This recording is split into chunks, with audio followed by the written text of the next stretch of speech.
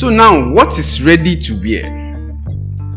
Ready to wear is simply a cloth that is ready to wear.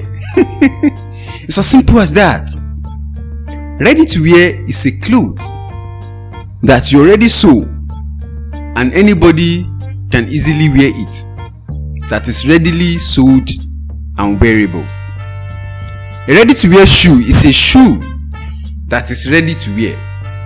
A ready to carry bag is a bag that, okay, I'm not going to I'm not going to use that. I'm just going to tell you that a ready to wear cloth is a cloth that is ready to wear. A ready to wear outfit is an outfit that somebody already take their time to construct, to do all of the finishings, and somebody can easily just buy it and wear it. That is all the info about ready to wear. That's all you need to know about ready to wear.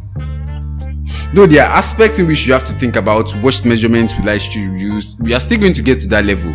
But just to explain to you that what exactly is ready to wear. Ready to wear is an outfit that you can go ahead and buy in a boutique and you can just wash and wear.